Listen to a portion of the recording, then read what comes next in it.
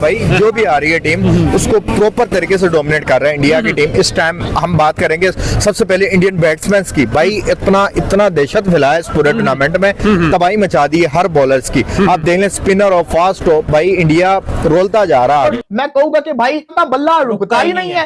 और भाई क्या खा कर आता है, कौन सी जिसको कहते हैं ना गोलियां, जिसको कहते हैं ना खा कर आता है कि इसकी बैटिंग की टाइमिंग ही बढ़ती जा रही है। ऐसी कौन सी बैटिंग टाइमिंग की गोलियां खा रहा है कि ये रुकता ही नहीं है भाई साहब। ऐसे से छक्के मारना है, ऐसी भयानक फेटा मारा है आज। ओ माय गॉड, उफ व्हाट फिनोमिनल बैटिंग, मतलब ब्रेथ टेकिंग बैटिंग। टीवी पे बैठ के बंदे का दिमाग खराब हो जाए कि किस ब्रांड ऑफ हमने ये बैटिंग देखी है।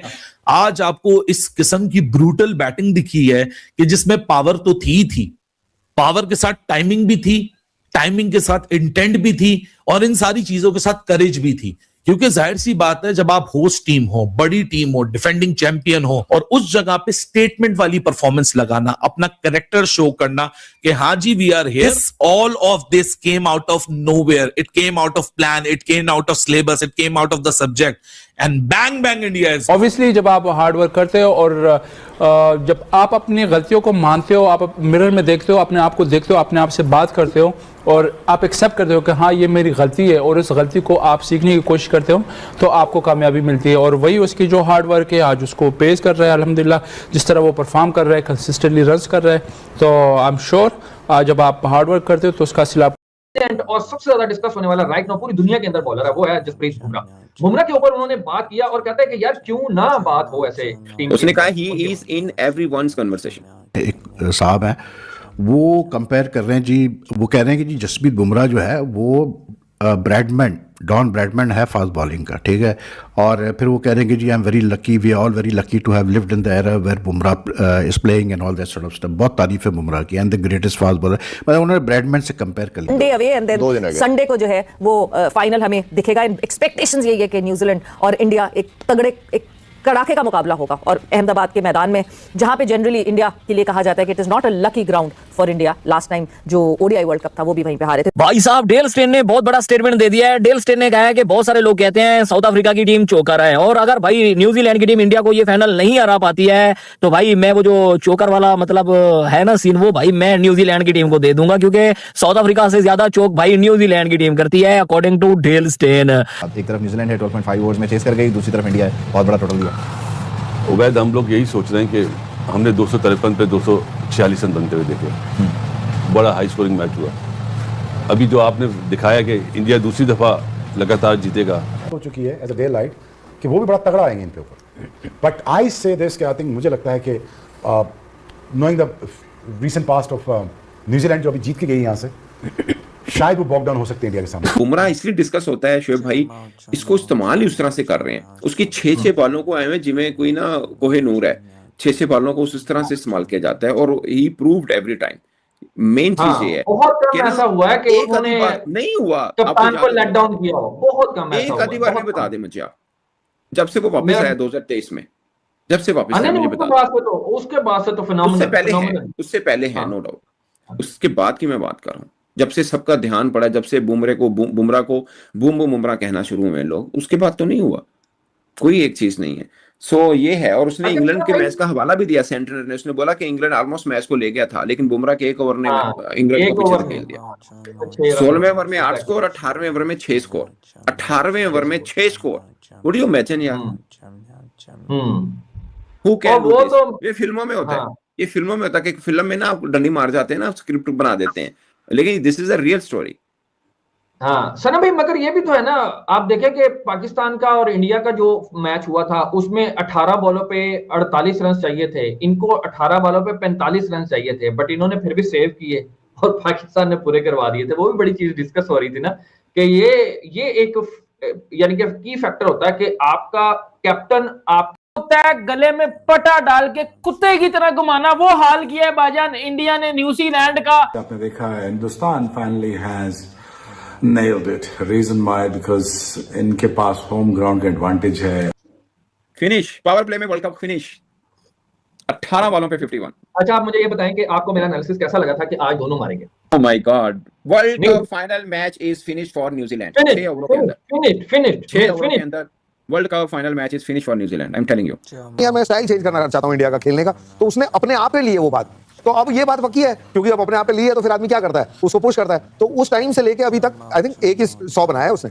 हालांकि इतने मैचेस में वो 2-3-400 बना देता था, क्योंकि एक बार स्टार्ट मिल जाए तो ये आउट होता नहीं था। बट अब क्योंकि वो ठान रखी है और सबको दिखाना है, टीम को, ये नहीं बाहर वालों के लिए, कि भाई ये मोड से खेलना है, तो नेचुरली जब आप उस मोड से खेलते हैं तो सक्सेस होने के जो लंबे स्कोर्स के हैं वो चांसेस कम होते हैं। But I think he is worked on it के इम्पैक्ट, और इसीलिए शायद 8 नंबर पे भी बल्लेबाज आता है। और शोएब भाई, मैं ना, आपको याद है पिछला मैच जब जीते थे, मैंने आपको बोला था कि ना अभिषेक शर्मा इनका वो है जो जितने भी रन बने हो ना, 200-250 वाला सीन जो होता है, 5-7 ओवर में कहानी मुका देता है। कि उन्होंने आती अटैक किया है। जब आप अटैक करते हो ना, तो बॉलर के माइंड में आता है यार कि मुझसे चौका ना लग जाए, मुझे छक्का ना मार दे, तो वो अटैकिंग सोच जो है ना वो आपसे साइड पे हो जाए, फिर आप डिफेंसिव हो जाते हो।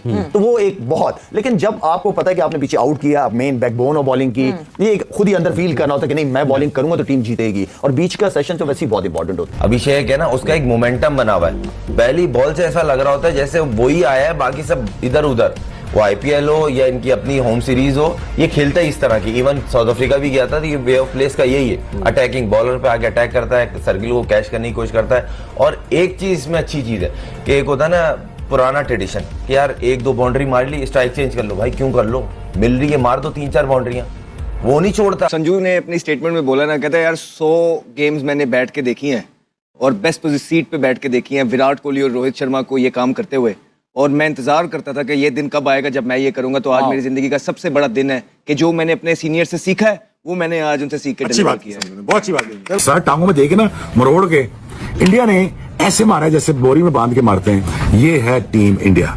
Characters are not made in crisis, characters are exhibited. आपके अब्बू इंडिया ने न्यूजीलैंड का बजा के बोला गया, डंडा पकड़ के न्यूजीलैंड का बजा दिया इंडिया ने। और ये बंदा पहले 80 रन में 71 रन करके मैच को खुदा लाइन लगा चुका था। तो उसके बाद तो हमने सिर्फ एक मैच, एक रस्मी कार्रवाई हमारी पूरी हुई है।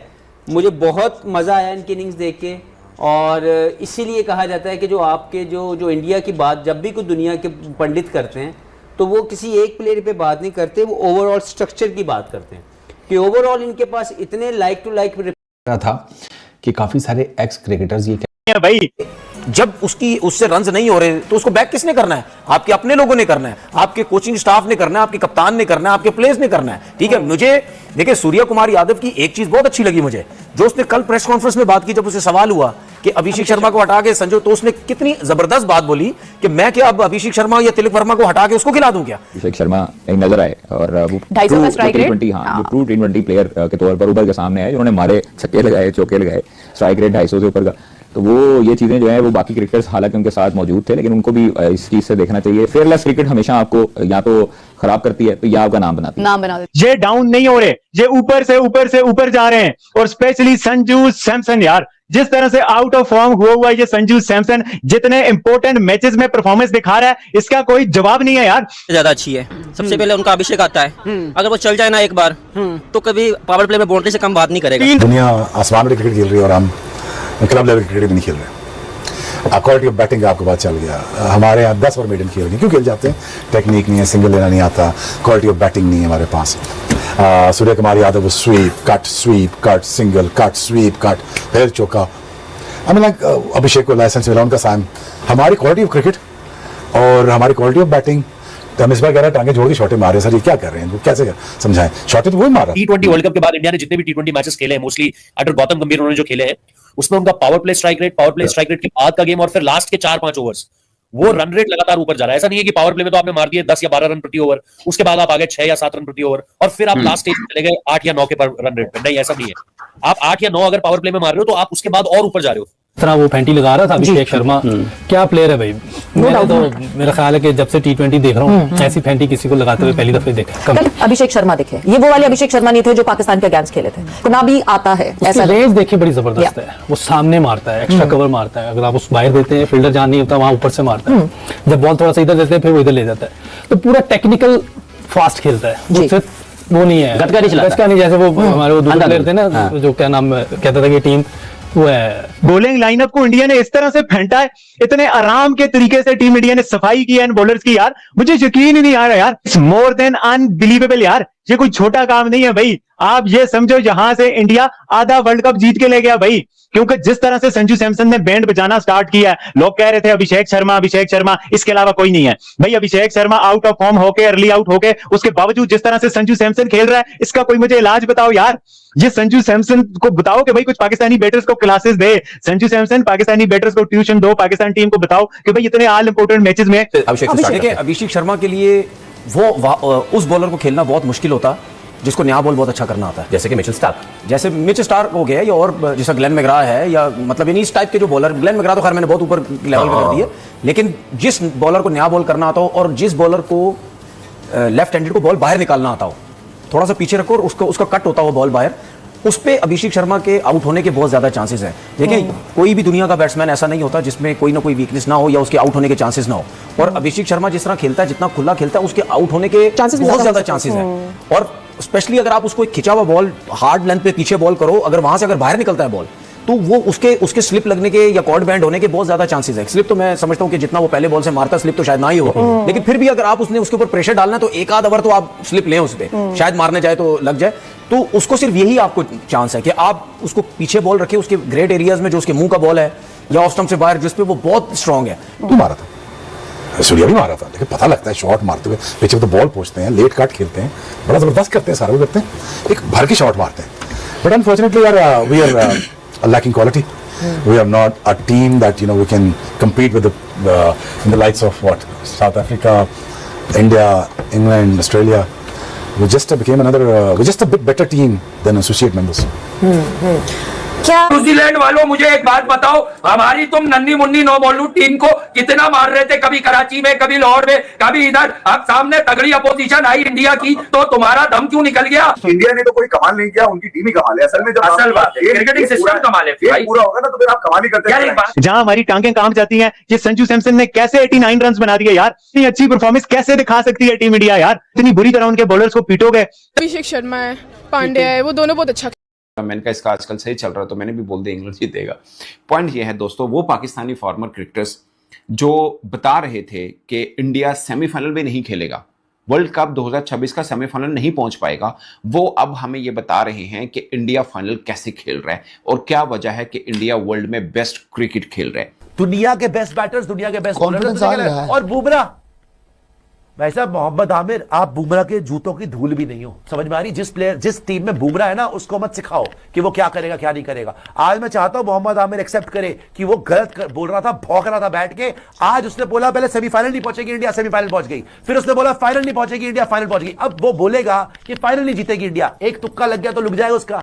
तो आमिर भाई, अगर पैमाना स्टैट्स ही है कि आपने कितना खेला, हमने कितना खेला, तो फिर तो आपको और आपके मुल्क के लोगों को जबान खोलने से पहले 1000 बार सोचना चाहिए, क्योंकि जिस टीम इंडिया के हारने की आप दिन रात रनों में मतलब जो रन 20 रन ज्यादा बनने चाहिए वो कम बने, क्योंकि बुमराह एक ऐसा उनका प्लेयर है, एक ऐसा रोल है ऐसा कि वो आपकी पूरी बॉलिंग को उठा के रख लेता है। अदरवाइज इंडिया ज्यादा स्ट्रांग लग रही है। अभी जैसे बात की, दो ही चल रहे हैं ना उनके, अभी ये अगर चल गए अभिषेक, ईशान किशन, सूर्या कुमार यादव, वो तो संजू सैमसन तो लिहाज कर रहा है, लिहाज नहीं कर रहा, वो गेम ही चेंज कर देंगे, लिहाज कर रहा है ना वो तो। देखिए तो बुमराह एक्स्ट्राऑर्डिनरी हर जगह पे, हर विकेट पे, जिस किस्म का भी विकेट है, यॉर्कर तगड़े, स्लो वन अच्छे, स्किल्स हाई क्लास, क्वालिटी। हम शुरू में ही हार जाते हैं, ये मुबिन बात रखते नहीं, क्लियर है, ना हमने किसी को तंग करना है ना। बट मैं माइकल क्लार्क का सुन रहा था यार, one of the big name in Australia, ठीक है, वर्ल्ड कप विनिंग कैप्टन, वो कहता है मेरे लिए सरप्राइजिंग नहीं होगा अगर Bumrah man of the match हो वर्ल्ड कप का गोला है फुल ऑन तबाही भाई। शोएब अख्तर ने कहा यार अभिषेक शर्मा जिस इंटेंट से खेला है, उन्होंने कहा क्या आपके पास एक भी ऐसा बैट्समैन है जो अभिषेक शर्मा का माइंडसेट जितना वो मेंटली तौर पर तगड़ा है, आपके पास एक भी ऐसा खिलाड़ी है अभिषेक शर्मा जितना तगड़ा? समझे कि छक्के लगाते हैं अभिषेक, पीछे आप देखें, एक तो स्किल लेवल, एक तो मेहनत, दूसरा फंडामेंटल स्ट्रांग है। प्रताप बनाया है स्पेशली संजू सैमसन यार, रिमेंबर द नेम यार। एक जमाना था विराट कोहली, रोहित शर्मा लोग मारते थे, लगता था अब ये चले गए। इंडिया और न्यूजीलैंड मैच में जो अभिषेक शर्मा और संजू सैमसन ने तबाही मचाया, पाकिस्तान वाले देख के हैरान हो गए। अगर आपको वीडियो अच्छा लगा तो लाइक, कमेंट और सब्सक्राइब करें।